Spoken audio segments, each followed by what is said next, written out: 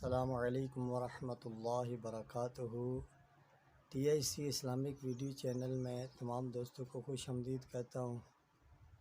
آج قرآن مجید کے حوالے سے نئی معلومات لے کر آپ کی خدمت میں حاضر ہوں، تو چلیے شروع کرتے ہیں نئی معلومات۔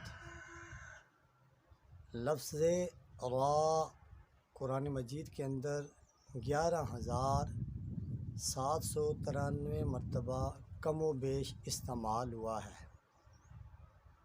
قرآن مجید کی 46 آیات ایسی ہیں جن کی ابتدا لفظ را سے ہوتی ہے۔ 457 آیات قرآن مجید کی ایسی ہیں جن کا اختتام لفظ را پر ہوتا ہے۔ قرآن مجید کا ایک پارہ ایسا ہے جس کی ابتدا لفظ را سے ہوتی ہے۔ 3 پارے قرآن مجید کے ایسے ہیں جن کا اختتام لفظ را پر ہوتا ہے۔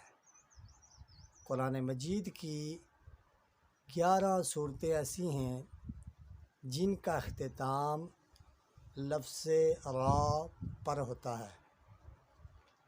42 رکوع قرآن مجید کے ایسے ہیں جن کا اختتام لفظ را پر ہوتا ہے۔ تو دوستوں، معلومات کیسی لگی؟ پسند آئے تو لائک کر دیں، میری حوصلہ افزائی ہوگی۔